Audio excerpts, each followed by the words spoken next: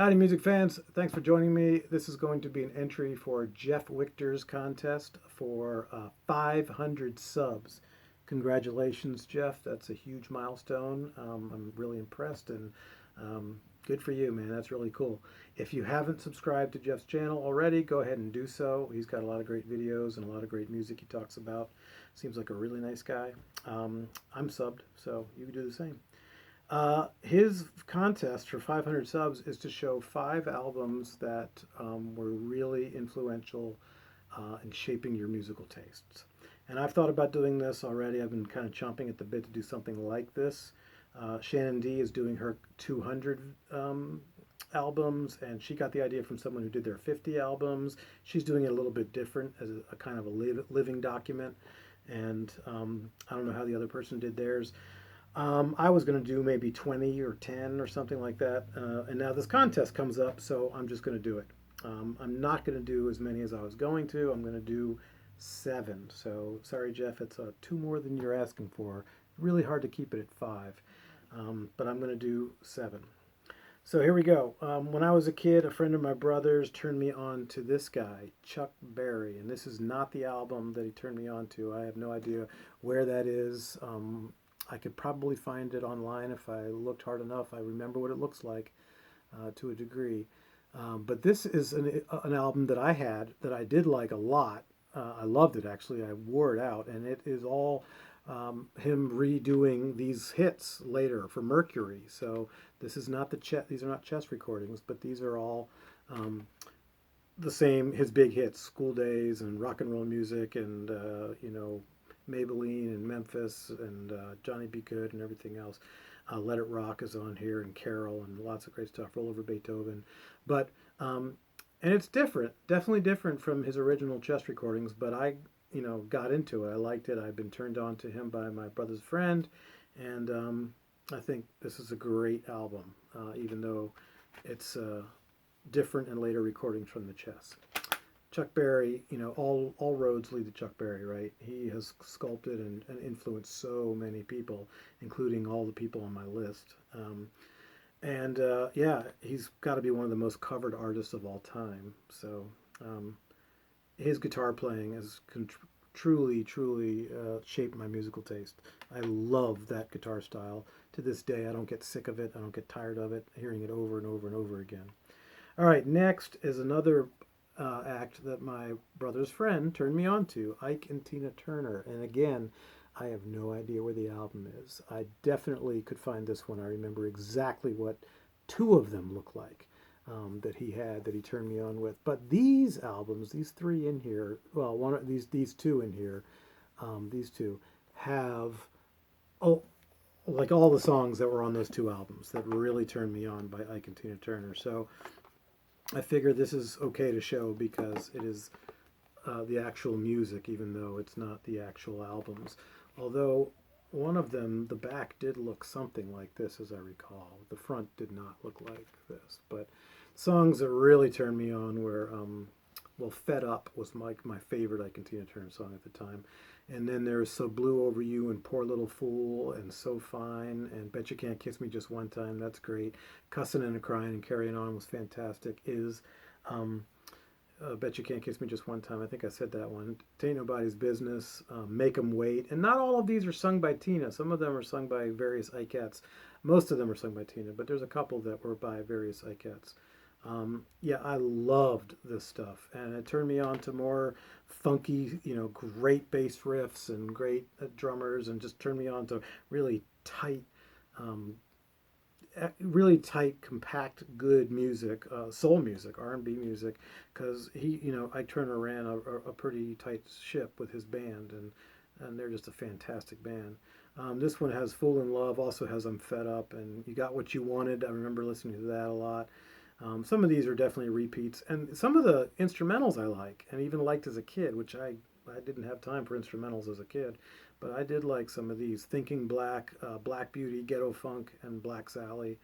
Um, yeah, just good stuff, fantastic stuff, and I still to this day can't get enough of Ike and Tina Turner um, music. So They greatly influenced me. I wore those albums out that my brother's friend gave or lent me. I don't even remember, but I played them to death. Okay, now we're getting into the top five. There could be two from this band, but I'm picking this one. I think this is the one that I really wore out. Creedence Clearwater Revivals, Willie and the Poor Boys, with Down on the Corner, Fortunate Son, Effigy. I didn't like a whole lot as a kid, but I love it as an adult. Um, I really loved, and I do a version of this in my quarantine sessions playlist, I believe. Um, Don't Look Now. And if I ever thought, back when I was a kid, if you would have told me I ever liked country music, I would have said you're crazy. Well, that's a totally country song, and they've got lots of country songs. Their version of Leadbelly's Cotton Fields on this is very country and really just, I loved it. I still do. So this whole album, Midnight Special, another Leadbelly song, their version is fantastic. So this definitely paved the way for me to love country music, as a couple more will also coming up. Next, the opposite of country, this album by Joan Jett and the Blackhearts, just called Album, blew my socks off. The first song, Fake Friends, is still probably my favorite song by her, certainly in the top three. It also has a version of the Stones' Starfucker, which is great. And it has Secret Love and Handyman and Everyday People by Sly and the Family Stone, which she does a nice version of that. Tossin' and Turnin' and the French song are fantastic. And I just loved this. I just loved the fact that a woman was jumping up with her guitar, or rocking out. And yeah, it was inspiring. It was really cool to see this as a kid. And then when I found out we had the same birthday, and then I started getting chances to see her and eventually meeting her several times and all that, it was a big deal to me. So she inspired me not just as a rock star from far away, but her great work ethic, her integrity, her moral compass, how she treats her fans, how she treated me personally, just really all that stuff shined through for me, and it gave me great respect and love for her. And I still to this day am seeking out great female front artists that are in hard rockin' guitar bands. So, Joan Jett and the Blackhearts. Next, I've shown this in several different ways for different reasons. Jimmy Cliff soundtrack to The Harder They Come. This album I cannot get over to this day. It has turned me on to so much great music. I am a very snobby reggae fan. I like a few acts, and most of them are found on here. Jimmy Cliff, I'm in love with. Toots and the Maytals, I love, as you know if you've seen my videos of them. And then there's a couple others that this album turned me on to. The Melodians and the Slickers are great, and these songs on here are just all such great songs. I don't have might be hard to read this, but The Harder They Come, of course, is on here, and Draw Your Breaks. Oh God, what a great song. And You Can Get It If You Really Want, and Rivers of Babylon, and Sweet and Dandy by Toots and the Maytals. Oh my God, I love this stuff. It just made me jump and move. Johnny Too Bad, 007, Pressure Drop. All of this was so good. Sitting in Limbo. And it turned me on to so many other acts. And now I still like a handful of other reggae artists outside of this. Not many. I like the stuff that really grooves and moves and has a lot of soul. And Jimmy Cliff and Toots and the Maytals really turned me on to all of that stuff. Fantastic. Next, speaking of, I grabbed the wrong album. Hang on, I'm going to pause. Okay, here's the right album, The Grateful Dead.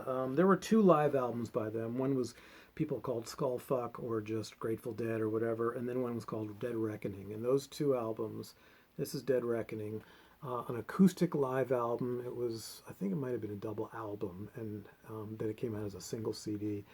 And it has a George Jones song on it, The Race Is On, and it has an Elizabeth Cotton song, Oh Babe It Ain't No Lie, and it has their song Ripple and Dire Wolf, and Been All Around This World, a traditional that lots of people have done, and it had Cassidy and Deep Ellum Blues and On the Road Again, and Rosalie McFall, all these great songs, Dark Hollow, another traditional, and The Monkey and the Engineer by Jesse Fuller. It's just such great music on this, and they obviously turned me on to country also. They really did. And it's an acoustic live album that's just fantastic. You can't find this anywhere else except for now they've started releasing more like this from this time period. But my God, this was a new sound for them. And the other album that I'm talking about had Mama Tried by Merle Haggard and Big River by Johnny Cash. So, I did like country even though I didn't know it. Now, the last one is the most influential because they're the greatest rock and roll band in the world. And I could pick 4 or 5 of their albums that were huge for me, turning me on to music, but I'm picking this one. The first album I ever bought on vinyl at the Westview Flea Market on Route 40 in Baltimore, Maryland. England's Newest Hitmakers was my first album I ever bought. I think it was $5, maybe still sealed. And this album has such energy and such it just smacks you in the face. And I've read that this is the closest they've come to the frenzy, the frenetic sonic blast that they were producing in clubs at the time. It's got Carol by Chuck Berry on it, which is a great version. It's got Route 66. It's got I'm a King Bee. It's got Tell Me, and which I love. God, I love that song. I'm a King Bee is the Slim Harpo tune. Not Fade Away is the Buddy Holly tune. Just Want to Make Love to You is the Muddy Waters. Honest I Do is the Jimmy Reed song. I've Got a Witness, the Marvin Gaye tune. Walking the Dog, You Can Make It If You Try. Can I Get a Witness? Actually, Can I Get a Witness is the Marvin Gaye tune. Anyway, they have turned me on to reggae, country, funk, R&B, blues, soul, everything under the sun they have turned me on to. And everything's just spider-webbed out from the Rolling Stones. I have followed them all along, and I love them to this day. And yeah, this album was very influential. I don't know if it was the first one I heard by them, but I don't think it was actually, but I'm supposed to just keep it to 7, or 5, and I did 7. So that's it, folks. Thanks for watching. Go check out Jeff Whitcher's channel. Go subscribe, and please like and comment on my video. I'd love to hear your thoughts. Thanks. Have a good day.